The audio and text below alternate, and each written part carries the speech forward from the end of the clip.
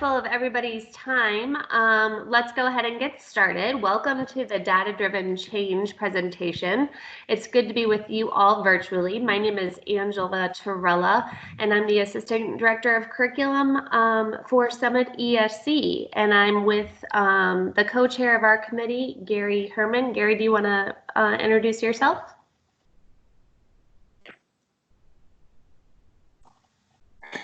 Sorry, this is a little bit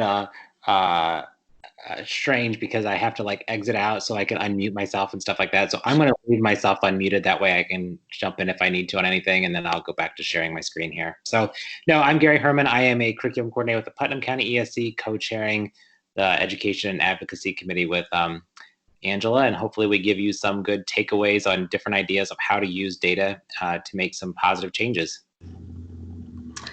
As we navigate this whole experience of giving PD and receiving PD virtually, please feel free to put any thoughts or questions in the chat room or unmute yourself and say a comment or a question. We welcome the dialogue today, okay? So today in general, we're going to be discussing using multiple sources of data to produce change in the districts that you work with. We wanted to first start out with the topic of perception and use of specifically value-added data, but it's going to be important to note that in this presentation, we are not just talking about value-added data, we're talking about using value-added data along with other data sources, telling the whole data story. If you forgive me for sharing this, but I watched the Michelle Obama documentary on Netflix, and she has a beautiful line in there where she talks about the difference between data stats and data story, right? Data stats are the numbers, you look at it in isolation, and all you see is those numbers. But data story is using different sources of data, filling in the gaps of the story about how you responded to data and what you did next. That is a huge part of the story. So hopefully we'll start talking a little bit about creating the data story or helping your districts create the data story. So let's get started with the perception and use of value added.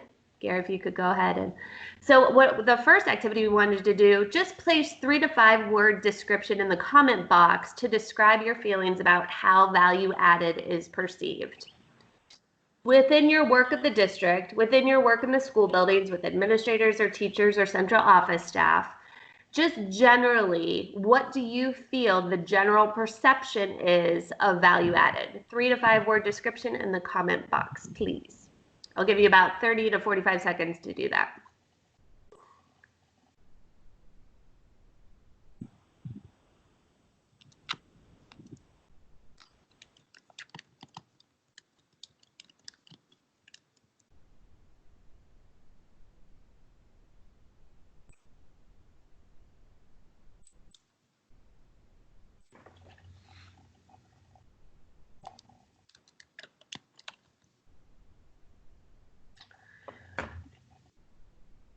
Awesome. So I see a lot of comments about how it's unfair, how it's confusing, how it's a snapshot, that it's super negative. Start yours. A gotcha was mentioned a couple of times. Yes, so it's interesting that the comments are similar and they're not super positive, right? So that negative perception of value added is still out there, that negative perception of the colors, right? Teachers see the red, the yellow, the green, and they have a very emotional and strong reaction to that. So it's the perceptions in the comment box are pretty similar. Thank you for participating with that. Okay, so not only are they similar, they're very similar to our experience. Gary mentioned a little bit briefly this morning that we had 2 presentations at the Educator Standards Board, and we were talking about value added, and the emotion was strong. And honestly, there was a lot of misconceptions still about value added, which we were able to clarify for them. But, you know, I think value added is a source of data, not unlike other sources of data, that is a trigger. It triggers either a real positive feeling or real negative feeling. And honestly, the value of administrators and the value of teachers and the value of district and buildings as a whole is very strongly related to that emotion that is caused by that data that we're looking at. And so the purpose of this presentation is to try to move towards understanding data as being part of the story. And it's not just about the numbers and the colors anymore. I think what we have here is a little bit of a blessing because we did not have state tests.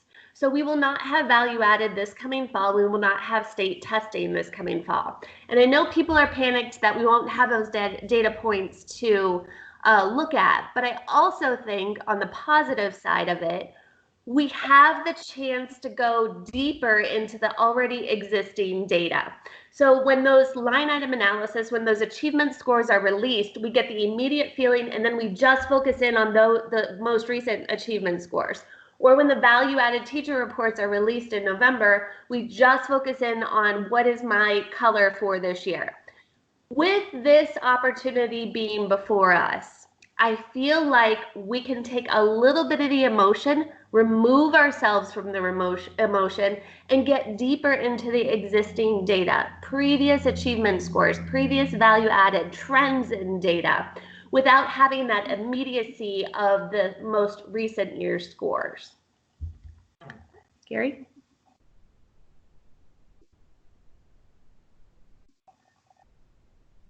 So what are some of the specific ways, and I'm gonna ask you to unmute yourself to answer the following two questions. What are some specific ways your districts are using value added, and what is the most frequent type of PD you are asked to present regarding value added? If you could unmute yourself and just give us a quick snapshot, that would be great.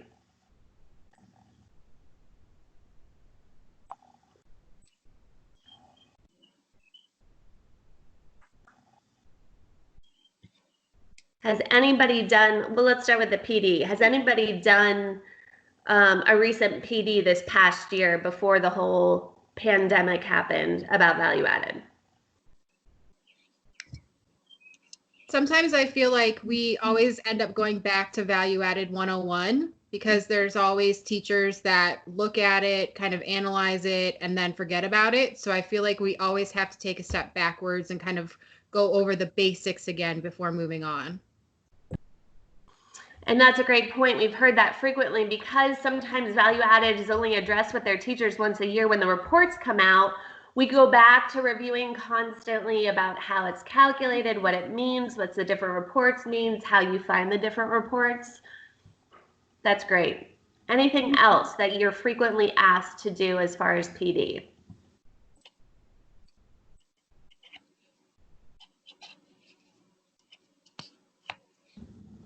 So I'll share a couple of my districts have really asked about how they're specifically using value added for OTA's 2.0 rubric because it causes us to use value added in a way that influences their daily instructional strategies and procedures.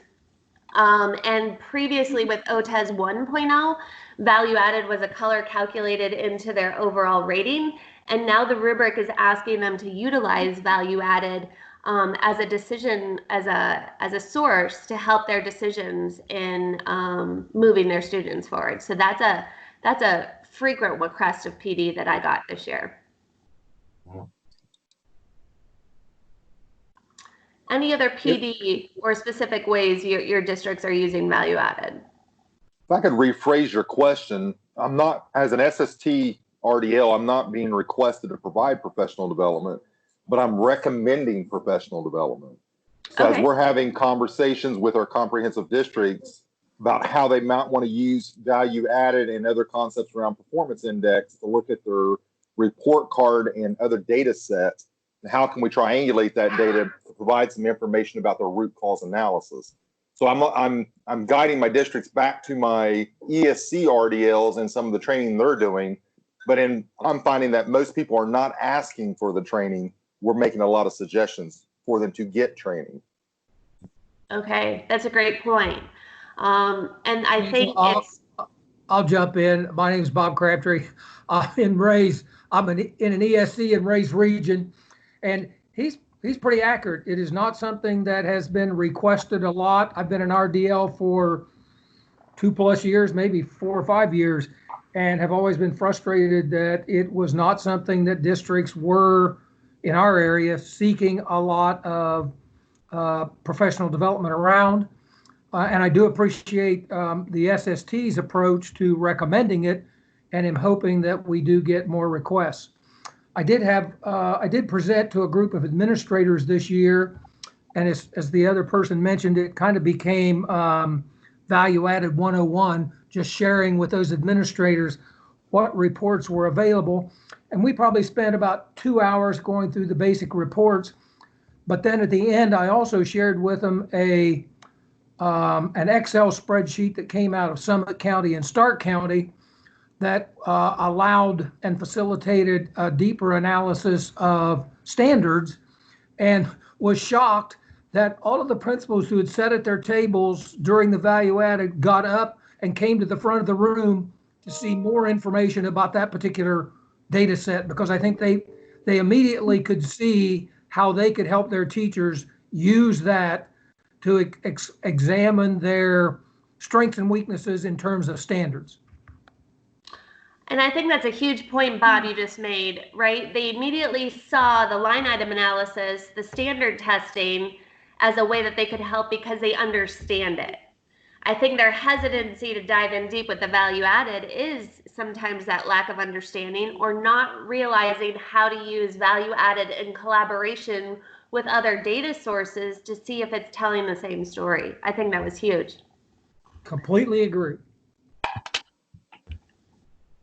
Okay, well, thank you for participating. So I'm going to jump in now and just mention that, first of all, thanks for those of you that did participate. Angela and I actually had about 2 or 3 activities here where we were going to break you out into small groups and talk, because everybody knows people talk better when they're in small groups as opposed to the large group. But then we realized that this is not available on Microsoft Teams, so we kind of had to backtrack our presentation a couple of days ago and change it back to just talking. So we appreciate a few of these times. We're going to ask you to share out if you can. I know it may not be the most comfortable situation, but again, we're just asking for ideas, and that's what we learn from when we share ideas with each other. So please continue doing that as we go along here. To piggyback off of what Angela just started there and what you guys were referring to, I thought we would just share with you a few 5 bullet points here of examples from the success stories. This goes back to that database that I mentioned in the committee reports this morning that we have collected from some people. And so these are some things that, again, are really good to have in your back pocket. So when you are talking with districts, you can say, hey, here's an example of how some other districts have used data, specifically value added. And so the first bullet point there just talks about focusing on projections and how to use the diagnostic reports and the student projections together to focus on specific tweaks. So this is a nice way to look at the past data, diagnostic reports, where it tells you based on quintiles or tertiles for the teacher report, the strengths of that teacher or that department if it's a class diagnostic report. And then looking at the projections of these incoming students to match up their strengths with the strengths of the teacher, or maybe just saying like, oh, you have a really high class coming in, which teachers work well with those, what can we learn from them? Or maybe not even learning from them, but that teacher just maybe needs to focus a little bit on how do I reach those high-end kids, or how do I reach those low-end kids? So it's a nice matching of the reports looking back and the reports looking forward. The second bullet point there was an example of scheduling. So this came up in a couple different situations that I actually was involved with, where the obvious one is using the projections as a way to help gauge any kid that may be put into an advanced class. The very simple one is like an Algebra 1 at the 8th grade level. You know, if a kid is not predicted to do accelerated or advanced on 8th grade math or Algebra 1, you could look at both of those because they're skipping Algebra 1, or I'm sorry, they're skipping 8th grade math. But you also want to know how they were projected to do on Algebra 1. If they're not projected to do above average on those things, why are we putting them accelerated into a class beyond? So that's something that I've shared with counselors and principals. And again, the projection shouldn't be just the only thing you look at, but use that in combination with other placement tests or things like that that you do. The other thing is just remedial courses too. I came across this with a principal that was looking into why they had a remedial geometry class. And then when we were digging into the data, there was a student that was put in there that was projected to be accelerated in geometry. And obviously that student wanted to just take an easy course, but that's something that counselors and principals can use when scheduling to talk with parents and students and say, like, is this really the most appropriate class for you? So that's how some data can be used for scheduling. Staffing and student assignments, that kind of is the same thing there. Use those reports if you have the capacity and you have the flexibility in your staffing to put teachers where they are most appropriate. There was an example of a teacher that had really, really negative growth scores with the top 2 quintiles. And so it was suggested, why would you be putting that teacher in an AP course or any kind of advanced placement or type of setting, because that teacher does not work well with the upper level kids. So that's just an example of how administrators can use it for staffing assignments as well. Focused collaboration can be a great thing, again, when you start digging into some of the diagnostic reports of the teacher, is identifying what their strengths and weaknesses are from the different teachers you have within your district, or if you're in a smaller rural area like I am, maybe within a county-wide area, and have certain teachers work with others or go and do peer observations, collaboration by department, things like that to share ideas. And then the last one there is using our RDLs or maybe instructional coaches in your district to do targeted mentoring. If you identify some areas that are, again, going back to those strengths and weaknesses and focused collaboration, can you use those people to do some ongoing support throughout the time? Another one I wrote down that's not on this list, but some of the administrators I've worked with also moving into OTES 2.0 have used these, and not even OTES 2.0, I should say they already used them in OTES 1.0. They use them as look-fors when they go into their walkthroughs. So they say, okay, this person hasn't been doing well with the low-end students, so when I will go in, I want to see how they're providing some remediation for them. Or moving into OTES 2.0, this may be a discussion that an administrator has with a teacher to designate what their focus areas are going to be for that second focused observation. So digging into those data areas, not just in value added, but it could be based on the item analysis sheet that Bob was just talking about a little bit ago too, where your strengths and weaknesses on standards are. That type of data analysis can help you setting up a professional growth plan and the focused areas for OTES 2.0. Before we transition into the next, do we have any questions? I apologize. Based on how this is, I can't see the chat window. So Angela or Taylor, is there anything? We are good so far. So far, so good. Okay. Well, my last comments there kind of are direct segue into the next part then, the connections to OTES 2.0. And so this first thing here is the definition of high quality student data. I know all of you have obviously been through multiple meetings, discussions, and talking points about this. And so this is just all those bullet things of what the high quality student data must be.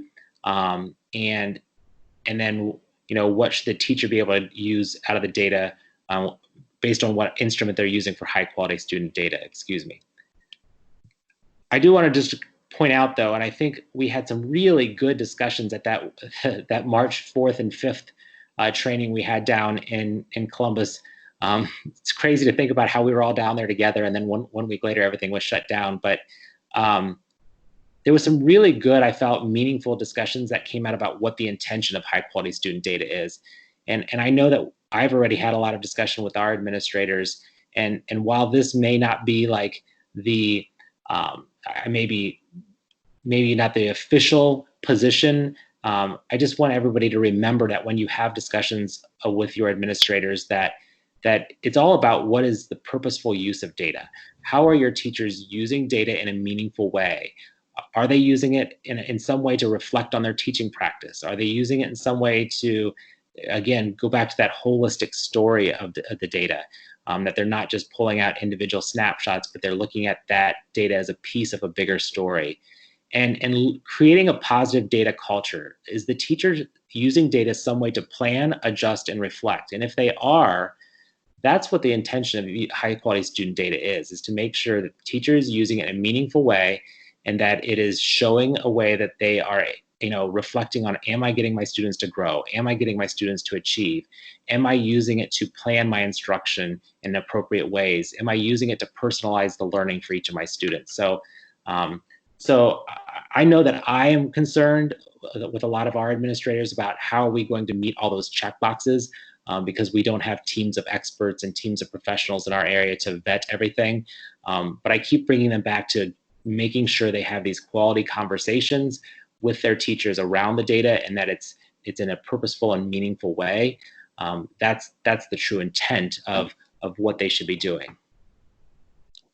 Gary, we had a quick question, and I think it's good for the group, but somebody asked, are most districts, from your perspective, anybody in the session here, moving to 2.0 next year, or are they sticking with 1.0?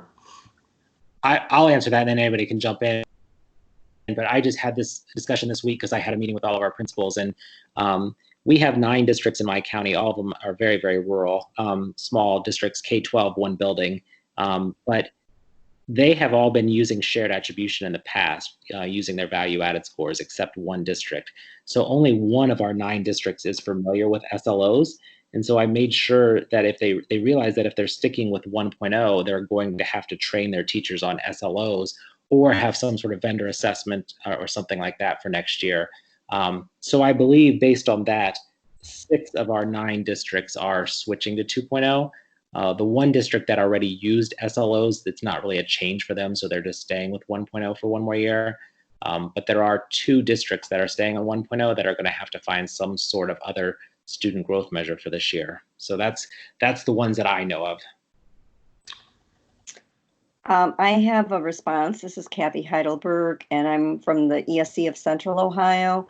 I surveyed probably about 30 districts in our area.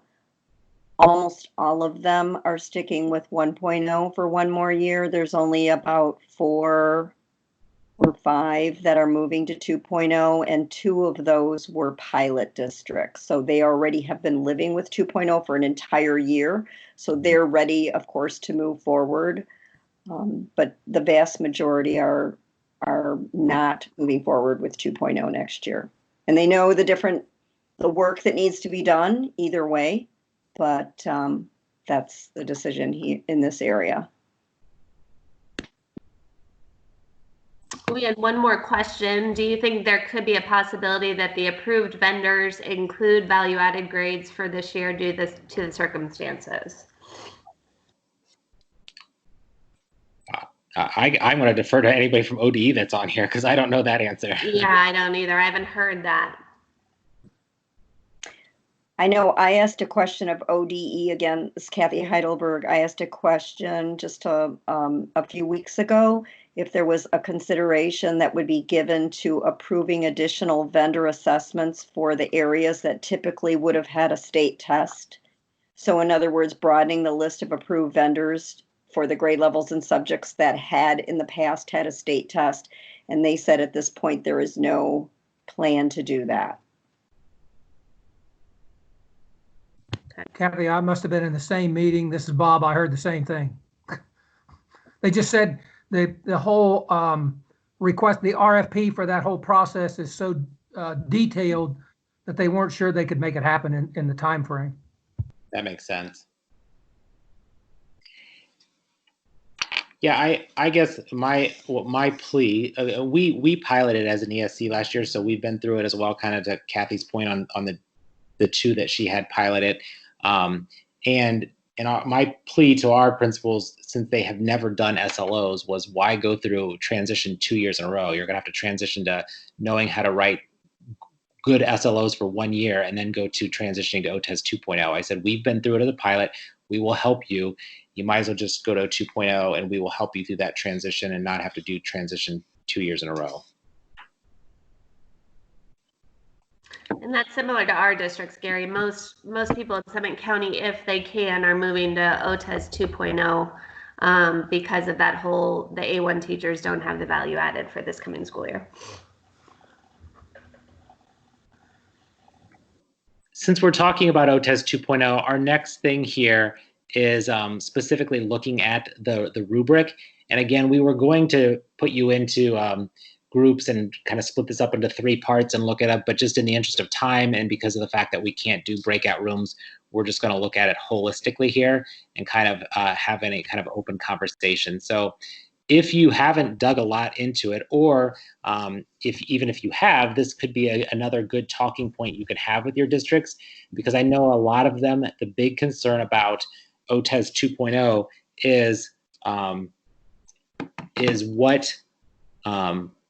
what is all this stuff around high quality student data? And so I think one way to maybe alleviate their concern some is to remind them that it's just in 3 parts of the rubric. And obviously it's very important, that's true, it's part of their professional growth plan, identifying, well, I guess it's not exactly part of the professional growth plan, excuse me. It was originally on there, they've removed that, but you do have to pull out and identify the 2 pieces of high quality student data, but it doesn't represent that 50% like it has in the past. So just reiterating, like having them actually look at the rubric and identifying those areas that deal with data can alleviate some of the concerns of that stress of the magnitude of the high quality student data. So looking at here, we have the 3 parts. The one part is here, and then I have the next 2 on the next slide. But the first one here is on focus for learning. And you can see that this was in the instructional planning area of the OTES 2.0 rubric. And you can see it's highlighted here how the data is labeled in the rubric. Obviously, we always start out with the skilled column. So you can see there it talks about the teacher correctly and thoroughly analyzing patterns of at least 2 sources of data. And then comparing that to developing was only 1, and accomplished is thoroughly analyzing trends and patterns in at least 2 sources of high quality student data. Does anybody have any examples or thoughts of what data or how data could be used here for different types of teachers that you've had discussions with or anything?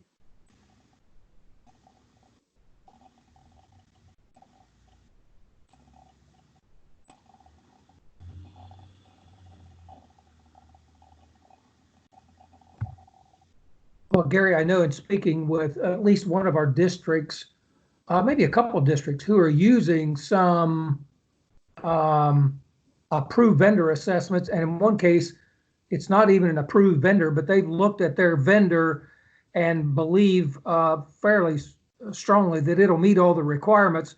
And so they're pretty comfortable with looking at that data as their source of high quality student data.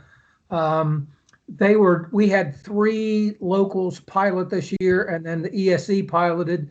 This was one of the districts that did not pilot, and we've already heard from them. They do plan to move on to 2.0. So I think they feel pretty comfortable in having a vendor assessment that may not be approved fulfill the requirements of high quality student data. And that's a good point, Bob. I mean, this could be, based on that vendor assessment, based on the data that they're getting from that, they could use it. Again, if we're looking at just this specific part of the rubric, how are they using it to develop and measurable and developmentally appropriate goals? Well, based on, some sort of vendor assessment, they may be able to tell the strengths and the weaknesses of that student so they can, set those goals that are appropriate for that student. So again, that is a good example. I will tell you, as Bob mentioned, since we piloted as an ESC, in our preschool teachers, for example, they use a lot of, screenings and early learning assessment and that type of stuff to kind of develop their goals. So, going back to, I had discussions with them about what kind of data are you using? How is it high quality? How is it, how is it used to plan? But any of that type of stuff where it's around the planning and using the data to make those goals for your classroom and make sure that they're appropriate for your students, that's where this is important. So So this is going to be that part that you have to have that conversation with your teachers about what are they using when they are planning instruction for their class? What kind of data? One thing that sort of opens up a whole another level of possibilities is when you're talking about high quality student data, it's not just growth data anymore, it's also achievement data.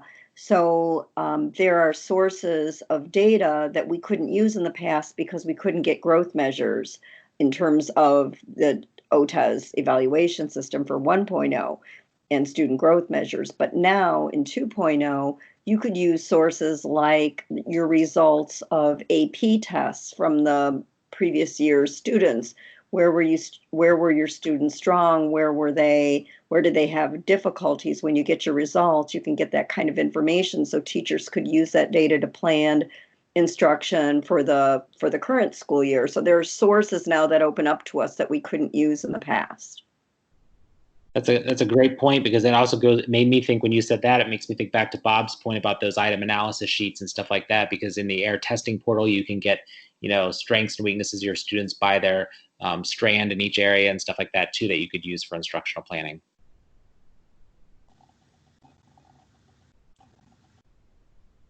I'm just going to point out the other two areas then here. Again, I know we only have about 15, 20 minutes left. So the other two areas here are when you get into the instruction and assessment, what are the use of assessments, and then the evidence of student learning. Under the use of assessments, you can see the highlighted areas there about analyzing the pattern to measure targeted student learning. And then again, the accomplished is data trends and patterns to measure targeted student learning. You're using it to anticipate learning obstacles, modify instruction. So, here is, how are you using the assessments that you use? Are they just to get a score? Hopefully not. And so that's where you have that discussion with your teacher of, are you using it to change your instructional strategies? Are you using it to, differentiate your activities as you go throughout? Are you using it in a formative way along to kind of review or split the groups up or spend more time on things? So it's, how are they using the assessments? And so again, that's where you're going to have discussion about what is high quality and how can you use it. Any thoughts or comments from anybody, again, with examples or just brainstorming ideas that you've come up with to share with any of your teachers? And I think too, this is an opportunity for us, because remember, high quality student data, if you're value added teacher, not next year because they don't have value added data, they will have to use value added data as one of their high quality sources of data in the OTAS 2.0. And we have kind of a built-in year to teach them how to do that and look beyond the color and the emotional triggers that they feel with it. And really look at it as part of some data sources that they're examining to do some of these things that OTAS 2.0 requires. So we have more time to kind of get teachers in comfort level in using that value added with the day-to-day instructional piece. And I think it also, this could be a good example, kind of mention, or going off of what Angela just said, where it was that first bullet point from the success story slide back a long time ago, of where you could use the projections for your class, match that up with your own teacher diagnostic to say, okay, this is the type of class I have coming in. This has been my report in the past. What can I do to maybe target that group that I have coming in that matches up with some area of my diagnostic report, an area that I need to work on or an area that I'm strong in, and see how I can utilize that to help the students that are coming into my class. One comment I'd like to add, as we bring in the possibility of more vendor type assessments, and I see Marianne's going to take some of that information out, which is, thank you, Marianne. I spend a lot of time in districts supporting them with their MAP testing. And what I have found that it's very important that as we talk about the high quality data sources, and we use things like STAR or MAP or any of those vendor assessments that are out there, that they are being administered with fidelity. And that is a very tricky conversation because, you know, that there was comments at the beginning were kind of gotcha and all those things. I mean, it's like to throw the test at the beginning of the year just so we can get the growth at the end of the year serves no purpose to everything that we are talking about here as a body. And so just some of the stuff that I've done with the districts is going in, and we actually look at, I teach the administrators how to look at the beginning of the year testing, look at the amount of time spent on it, compare those tests with the released items with the chart that you were talking about earlier, comparing that with how the students scored, breaking those down into our 5 categories for accelerated and advanced, and did the students fall into those same categories on those assessments. So just teaching the teachers and administrators how to marry all of those sources together over the past 2 or 3 years that I've been in. Again, the districts I find success are those that I keep going back into, and we keep looking, we keep talking, we keep moving forward. I think they're comfortable with the possibility that they're not, some of them are not moving with 2.0 for other reasons, but I think they'll be comfortable when they get there because they understand how to use those vendor assessments to make sure that they're purposeful, they're meaningful, and that you're really getting student growth and targeting. That's just my comment for that part. I think that's an outstanding comment, especially that part where you're saying like the learning of how to marry all this stuff together. That goes back to what Angela said at the very beginning, as far as looking at this as a data story, not individual data points. So the more comfortable they become with that, as far as looking at, like you said, marrying all those things together, will make them have a more positive data culture in their district. And if districts have not been using that type of an assessment, you know, it's going to take a year or two. I mean, they don't walk into those assessments in 1 year and wow, ooh, we've got it. I mean, it takes 2, maybe 3 years, and again, it's a pedagogy, it's a change, it's a mindset, it's using those resources, those assessments. And again, I say vendor, but it can even be the homemade assessments. I mean, tweaking them, looking at them, being critical. We're going to need to support districts in that movement and that change. And I don't see this being a 1 year. I see this as being a multi-year process where we're going to be out there having to support them in looking at all of these other types of pieces of data that they marry together and bring into the picture for student growth. So this might be a good time for districts to start the work by doing an assessment inventory, to take a look at all of the types of assessments they're doing on a district-wide basis or a grade level basis or a building-wide basis, and what was the purpose of each of those assessments. Are those purposes still valid? And if they are those instruments good sources of high quality student data, or should we be thinking about eliminating some of the assessments we were giving and look for things that will meet all the criteria of high quality student data and that are actually going to serve multiple purposes and are valuable in many ways. So, I mean, it's a good idea at times to look at what we're doing and make sure some of it shouldn't be stopped, as well as, moving forward with new things. It's a great idea to share as far as just, efficiency within the district. The last box, sorry, I don't want to rush because it's good conversation, but I do want to make sure we at least touch on these things. The last box here is the one that talks about measuring growth and or achievement. So just making sure your teachers and administrators know what this means. I think, and this is just me speaking, not any official position, but this is the one that concerns me the most. And this is the one I've been sharing with administrators to make sure they have good conversations with their teachers, because, what is expected growth for a band classroom? What is expected growth for a vocational agriculture classroom? Those types of things, because it's not going to be black and white. I said, you're going to have to make sure you have a clear expectation at the beginning of the year when you meet with the professional growth plan and discussions throughout the year, so that it doesn't come March or April and then you're saying like, oh, what was growth supposed to be? So this is going to be, I think, a kind of an open-ended one. Obviously, there will be some areas when there are teachers that have value added that can, show kind of a more black and white type of a result. But there is a lot of ambiguity around this one. And so I'm just cautioning administrators to make sure that they have these discussions upfront and early, as opposed to after the fact. And just if I might again really quick, the other piece in that is the districts that are worried about their report cards. So these are the tested grade levels.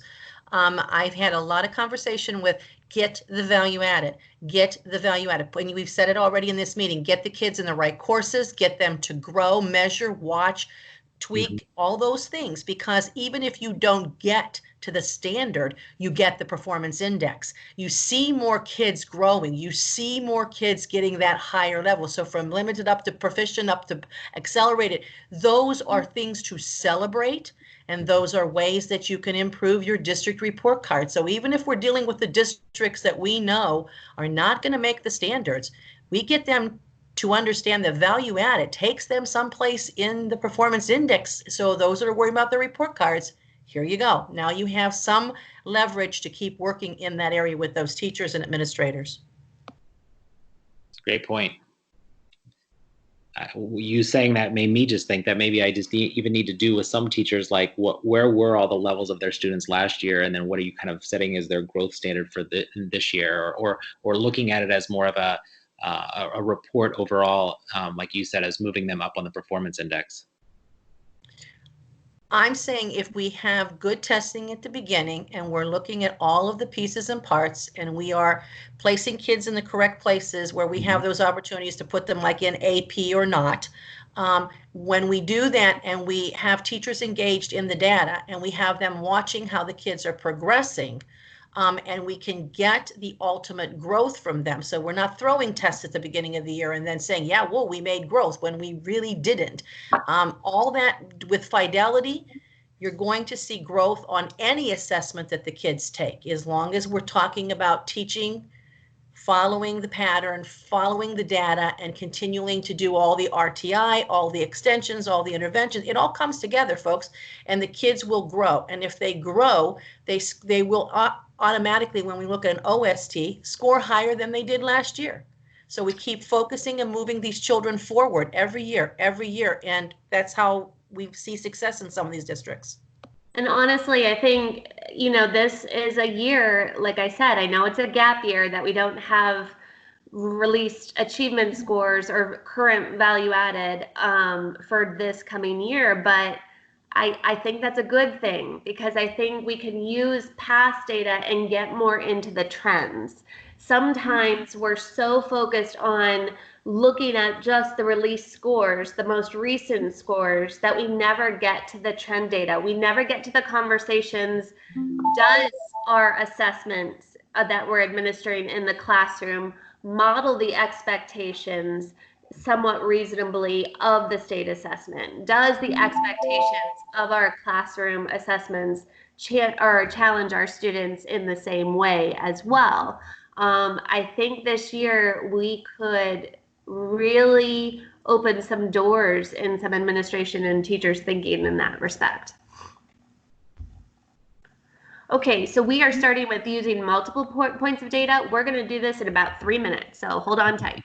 So again, we talked about this before, sources of data used. Are they appropriate? Are they saying the same thing? If they're not saying the same thing, why aren't they the same thing? And the huge thing to create the story and not just let data be stats is your response to the data. And that's how I differentiate that. Looking at one source of data and just looking at the numbers, that's all about statistics. That's all about the numbers. Looking at our responses to a number of sources of data, that creates the story. And that is so much more powerful than just looking at the statistics. So the next couple of slides, we're going to skip this. Gary, keep going. So the next couple of slides, it's just a really quick arrow activity. We're not going to do it. I just want to explain what we were going to do with you. Now, again, we don't have recent achievement scores, we don't have recent growth scores, but we have trends in both of those areas that we can access for districts. And without that immediacy of the most released data, I think we can get more into those trends. So are we seeing trends like box A? High achievement, low growth. B, both of them are high. C, both of them are low. Or D, there's low achievement and high growth. And guiding your districts about that conversation and what the story is, not just the statistics and the numbers, but what the creation of the story is. And that's gonna involve multiple sources of data. So if we do choose classroom assessments as high quality student data, are they representative of some of the expectations the kids are going to have in the achievement tests, or even how they're going to need to be moved forward on the growth aspect too? And that's where we kind of wanted to take this presentation. There's power in the data story, using multiple sources of data thoughtfully and being able to discuss the response, that the response creates the story. And it becomes so much more than a set of numbers if approached this way. So keep going, Gary. So we've got 3 minutes because I wanted to leave time. Well, we'll go over real quick from some things to consider, but it was already talked about kind of in the beginning, the perception and the barriers to some of these data conversations is the negativity and the fear around the data as well. But we definitely wanted to leave time for final thoughts and questions that you guys have of us too. Well, I'm just going to jump in here. The last thing I wanted to say is we have this slide here. You know, some people have asked us, like, well, how do you get into districts that are not open to having a conversation about data? And so this was, you know, just 2 examples of if administrators don't trust the data, have a conversation with them about what type of data do they use, and then say, okay, well, why do you like that? And then try to build an idea of, okay, here are the positive things that you can pull out of that data, and then move to some other data. So start them with what they're comfortable with, and then try to build on that. If the administrators lack confidence or understanding of data, I have this a lot in the area I work. You know, I've offered them short training sessions, like at the end of principal meetings or different things like that, just so they can ask questions in a controlled area where they don't have to feel threatened in front of their teachers and stuff like that. So, so again, feel free to ask us any questions or post information when we're going to share out those success stories. Even if it's a success story, we say success stories, but if there are things that you've struggled with, put it in there and maybe we can have other people answer it. But last thing before I give anybody questions is I do want to mention, I want to put a plug in that Angela and I will be starting our data literacy training. All of you should have been aware that we had those in January and February, and now we're doing round 3 and we have to do it virtually. It starts next Tuesday. Hopefully you got that communication out. It was in the Ed Connect, but I just want to put a plug in because we'll be going into some of these conversations we're having here today much more in detail in our sessions there. And be able to share some more specific resources that could support these conversations that you have with your districts. All right, we have 1 minute for questions or concerns or more comments. Okay, Gary, I got a question. Your data literacy, you said next Tuesday? Yeah, so it actually starts on Tuesday, but it's all virtual.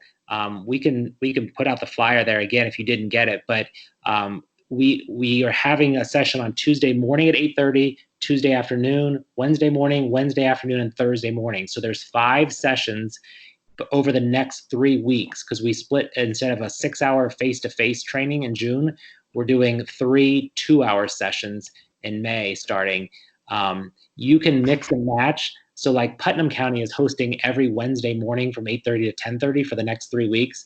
But in Summit County is Tuesday mornings from 8:30 with Angela for the next 3 weeks. But you could, based on your schedule, if you can do it Tuesday 8:30 one week and Wednesday at 8:30 the following week, and Wednesday in the afternoon the following week, you can mix and match however it works out in your schedule. But for the next 3 weeks, we will have 5 2-hour sessions each week for the next 3 weeks.